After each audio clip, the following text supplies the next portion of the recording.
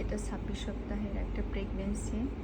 দেখেন ফিটাসটা, বাচ্চাটা ওর right hand মাথা কপালের উপরে নিয়ে যে রাখছে। খুব সুন্দর একটা পজিশনে সে আছে, খুবই ভালো লাগতেছে দেখতে। চিন্তা করতেছে, এই যে কত সুন্দরভাবে রাখছে। এটা বাচ্চার ফেস, এই যে বাচ্চাটা মুভ করতেছে।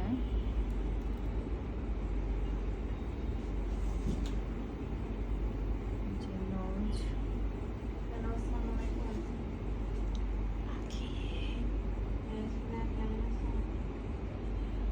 এই যে বাচ্চার স্পাইন, হার্ট, অ্যাবডোমেন,